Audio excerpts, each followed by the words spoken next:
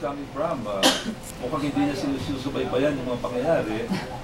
Of course, he admitted that he's a good friend of the late General Reyes. Reyes. Yes. So siguro ang tingin niya, dapat i-focus kay General Garcia instead of General Reyes. But Rabusa came into the picture in the Senate. It was in the Senate where the salvo was fired. And when Rabusa pointed at General Reyes, and the one who mentioned name right now, there was no other recourse for the Senate but to listen to the testimony. Okay.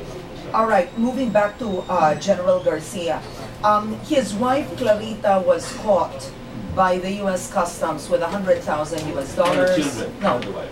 the wife too. Yeah, Both of them earlier, separately. earlier. So first, the wife was caught by U.S. Customs with $100,000 US. Then she declared. But Then the that was kids, declared, the kids were also caught carrying $100,000 That was US. not declared. They did not declare, so they were arrested. So here's Clarita going to the U.S. authorities, stating in full why they have that much money. So I read the letter. I was amazed at how much money she admitted that they were getting from gifts, kickbacks, etc. that were not declared as What was more income. amazing was how she trivialized this whole thing as Yes. though it was so matter of fact. And, Yeah, but my question is, legally, you're a lawyer, no? No, I'm not. Okay, but legally, can you use the fact, because if Clarita was carrying 5 million pesos, the kids were carrying 5 million pesos separately, that's 10 million already.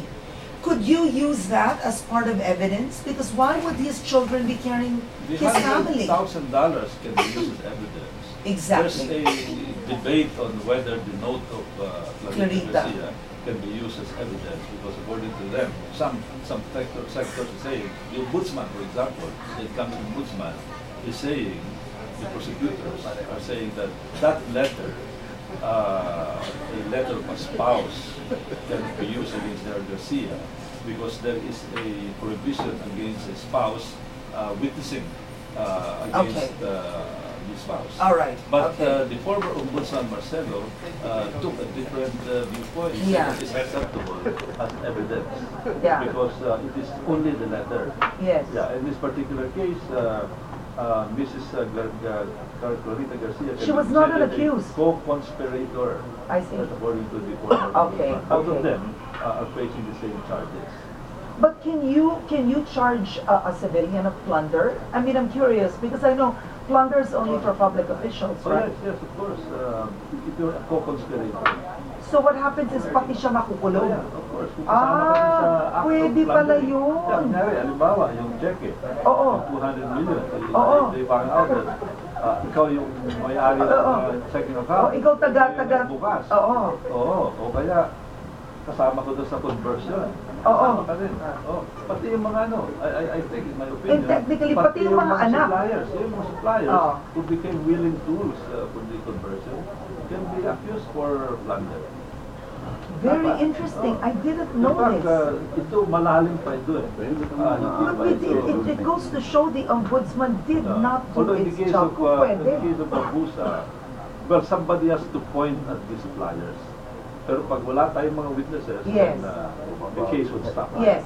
Oo. No, but this is very interesting. If you sue Carlos Garcia of plunder and you use Agent Van Dyke, that is the U.S. Customs Yes, yes. Authority, as a witness. So he says Clarita gave this testimony without duress.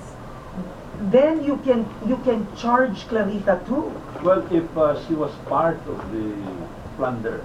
Yeah. In that case, when I was looking at the letter was simply recounting what her husband was doing. Yes. Sabi niya, because This is of what the we position get. of the husband, tumatanggap yung husband ng mga gratuities, commissions, etc. But I don't know if there's anything there that can be used Against her. against her to Okay. indicate that she was part of the act of All right. committing plunder. Okay, that's fair. But then that letter and using Agent Van Dyke as a witness could have become evidence. That's right.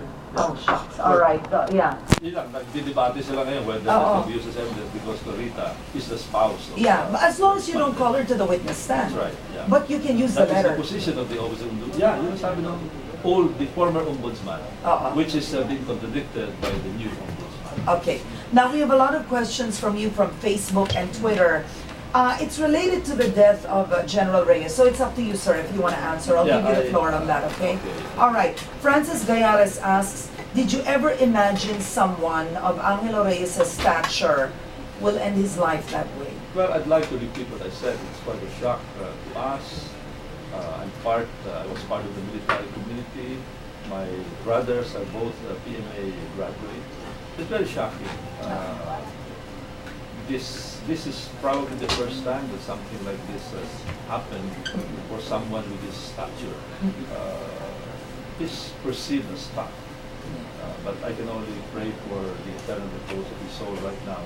As much as possible, I would like to avoid talking about this during the 9-day period. Okay. All right. Now, Ines Crespo asks, considering how some senators questioned and berated Secretary Reyes or make it any other witness, during the Senate hearing, will your colleagues rethink about what tone to set in future hearings? Well, yung tone is relative, no? Like me, my tone is parating ganito. Yeah, you're calm. Yeah, calm, moderate. Iba naman, it's their nature, but it doesn't mean that they're aggressive and hostile. It's just the way they talk. Okay. And most of the hearings I attend are hearings that are not covered by media. Okay. And I've seen the same kind of behavior whether there's media or not. So hindi pwede sabihin na nag-grandstand lang itong mga ito. I've seen a lot of very heated confrontations between members of Congress and our resource persons in the Committee of Good Government. Na kahit walang media? Yeah, kahit walang media, mag-aaway yan, magkakasagutan yan. I see. O magkakainutan. Oo. Because sometimes, some members of Congress, and I can understand why, have to use a certain tone to get the best out of the resource persons. Okay. All right. John Fortich Vista asks you, what can you say about the alleged phone communication of former President Arroyo with Reyes the day before he suddenly decided to end his life? I don't know. I don't know anything about that. That's being denied. Yeah, she denies. By the camp of the former president, and everything is going to be hearsay. Somebody has to say this on the basis of personal knowledge. Yeah. And right now, all the people I'm hearing are based on hearsay testimony. Now, just for the record, you can't sue someone of plunder, someone who's passed away, right? Or you Wala can? na. Sabi ni Senator Leon Santiago, his passing extinguished all his criminal and civil liabilities. I understand. All right. And of course, family, next of kin, does not pay for the sins of someone accused of plunder, for example. Well, I